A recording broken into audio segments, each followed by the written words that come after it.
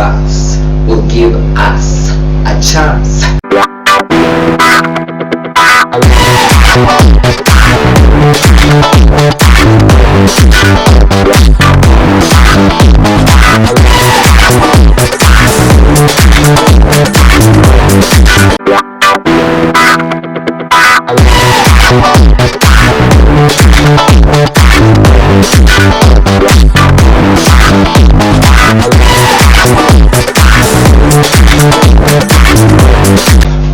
Maximum Ride, a threefold title of my favorite book series. Why I say it's threefold is because, well, first of all, the main character, Max, is called Maximum Ride. Spoiler, she gave herself that name. But well, second thing is, the adventures her and her family have are a maximum ride. That reason why I say it's a threefold title is one that you will also be able to interpret if you read the book. This is starting out, and today I am covering my favorite book series, as mentioned, Maximum Ride. I really love this book. I really love it so much. But I know probably on right down here below the description, you're going to see the other people who have mostly talks about Maximum Ride, especially a certain Italian lady whom you may run into one of her videos. Probably I'll add one of her videos. It's a link in the description. Has a video on why she got over it a long time ago. But some of us really want to enjoy something until the very last minute. So if you haven't already, subscribe to this channel, and I'd love to hear your comments on this book. I don't know if you can get this book even before you start listening to me. I will probably put a few spoilers in, but still leave enough for you to go and enjoy in the book. Cutting right to the chase, Maximum Ride is a very interesting book.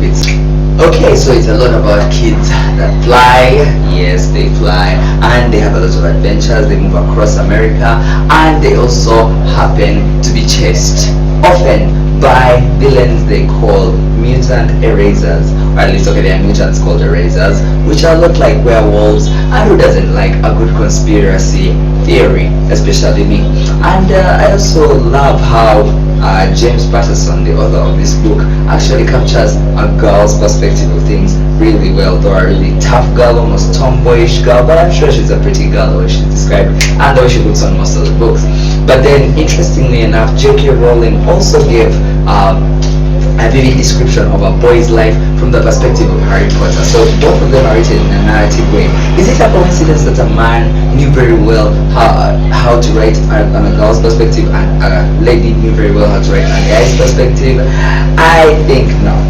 But I really love this book because yes, James Patterson, alongside J.K. Rowling, I really like talking about them hand in hand because they happen to be among the richest authors in the world. Almost, at least J.K. Rowling, I'm sure, is a billionaire.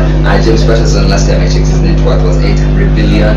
And the beautiful thing about this is that most of their wealth is from their writing. There are other people who are rich authors, but because they're already rich, then they write books and become rich authors. So that's what I really like about them. On top of the conspiracy theories, there's also a lot of sass from especially Max herself. There's a lot of sass, like I would call it a bit of disrespect, and that tough girl thing, right? Where she talks back in certain ways that annoy adults, or does she has a lot of internal dialogue as well, and it just keeps me going, right? So she's always there thinking, wow, we look good, please, do we really look good? Nah, we don't look good at all. Or probably she compares them to certain athletes, and well, those guys are highly trained, highly amazing, this, while for us we're abandoned, helpless, mutant alien bird kids. That really puts it down there for you to feel it, it's really a deep, extreme dialogue itself, right? That's why I like Maximum Ride. What I love about this book is that James Patterson uses it to give us sort of a grand tour around America. They go to different places like Arizona, I think at a certain point they're in New York, and even at a point they're in Africa. And if they were in Africa, I would really love to meet Max. But I Also, now let's go down to the breakdown of the books there. So the first book is really about Max, her siblings, how they escaped from the school where they were made, how they were made as mutants. But it's still a bit of a mystery to them at that point in time. But there are these young kids, 14 years old. There's Max, the leader, and there's Iggy, who is blind. You find out how in the book. And then there is Fang. He's the bad boy type, dark and quiet, but also really a genius in his own way. So that's the three big boys. Okay, Max is also there, but well, these days they say we chill with the big boys. So those are the big three. And then there comes in Nudge, who is 11 years old. Then there comes in Gazi and Angel. Those are the younger kids, and they sort of band together and become a family, and the older kids protect the younger kids. It's really beautiful. Well, they escape from the school with the father figure up there, it's called Jeb. He has a hard German name, I still can't pronounce it now. But let's just say they escape with him and they chill out in the mountains for some time. But of course, as fate would have it, Jeb leaves, and they also have to be out and about because they also have to be, they were first attacked. Angel is kidnapped, and that starts off the Angel experiment, where they're looking so long and hard for Angel, but get to discover and meet new people along the way who become more important and significant to them as they go along. The second book, which is really School's Out Forever, is their attempt at now finding their parents after they got a little bit of information from where they rescued Angel. After rescuing her, getting all this information from their parents, they go out and about looking for what the clues about their parents could mean. The second book also focuses on their life out in the streets. It's really vivid how they go out and about. They fly during the night and during the day. I really love the description that Max gives of flying, the bliss that comes with it. I've always dreamt about flying, no secret there, and I'm sure many human beings have thought about that. Probably the metaverse will give us a chance to enjoy this particular interesting thing in our life. They come to a point where they are living out on the streets, they're sleeping in trees, they're eating out of trash cans, they're really making it out there to survive. But then they also get a little taste of being at school for real. They come and blend in a little bit, but well, things are just not working out for them, right?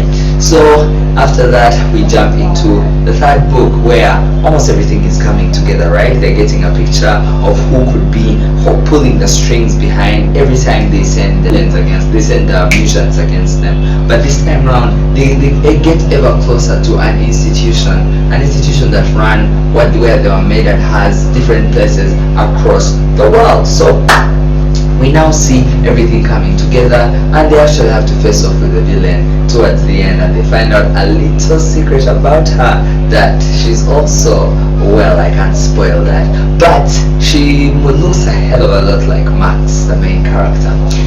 When they defeat the villain at that point in time, when they end the institution that has made them miserable all this time, that made them until this, we might think that it has come to an end, right? A trilogy is usually enough for most people, but as James Patterson would know, we can't have enough of Maximum Ride, so he gives us another 3 books to take us on. 3 or 4, probably I'll realize as I tell you more. Wow, I love the rhyming today. It's really in sync. To the part where the 4th book comes. The 4th book was actually the first book I read. It was called Maximum Ride, The Final Warning. Yeah, when you hear that, man, the final warning, you wonder what is the final warning. And it's the one that captures best the climate crisis, because all this time, of course, they're talking about their need to survive, a mission that Max has to achieve because of a voice that she has in her head. But now we come to a point where we actually find them actively participating in the climate struggle. They go down to Antarctica with a group of scientists to collect data and be sort of beacons of hope, being people who advocate for the environment. See, ice caps are melting, but of course things are not always that easy, they are not always that fancy. They come across 2 intense, really intense villains. One, for those who watch Marvel and DC, if you know Hulk and you know Grundy, just imagine an icy version of them, and they call him Gozen. He's big, he's bad, he is skilled, but he's also working with another guy. There's usually in movies, there's usually the big mad bad guy, and he usually doesn't have much of a brain, but Gozen has a lot of brains, guys. There's a lot like, there's also almost like Bane in Batman. But Gozen is always being I don't know how to say manipulated, controlled, but is sort of in servitude to a master they call the Uber director, a humano mechanical maniac who wants to sell the flock to the highest bidder. If I didn't mention it before, their lovely team is called the Flock because they fly. Well, like that would be obvious, right?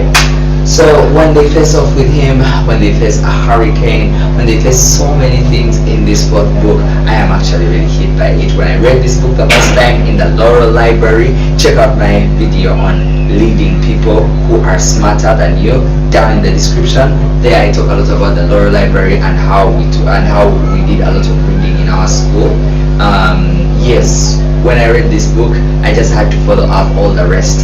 They're all online and freely available. So the next few books come down to a couple of individuals. There's one about Fang. There's when Fang leaves and has to start out his own group, an angel, and there's one really interesting one just dedicated to Max and how she has to choose between three things. First is her love for the flock and staying with it. The second is a love triangle. Somebody really comes in to make things difficult. Two really perfect guys just come and really fighting for her attention, and she has no choice. She has a struggle choosing between them. Yet she also has to think about the flock. She has to think about that love triangle. Then there's the mission that the voice gives her. All these are making our protagonist's head spin.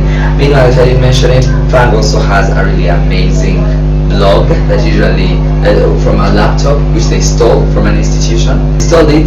It is untrackable, so they can never find them. But interestingly enough, it is good for rounding up all the youngsters. So it brings out the youth element really nicely, and their influence and impact and ability to change things in this world. Going down through all those books, the last two books are called Nevermore and Nevermore and Forever. Let's see how many books are those. Let's see the first three, and we came to 1, 2, 3 of each of the characters, then 2 more. Wow, they're actually so 8. Yeah, there are many books. Max has a voice in her head. I love the description of it in the first book. You never know if it is male or female. You don't know if it is good or bad.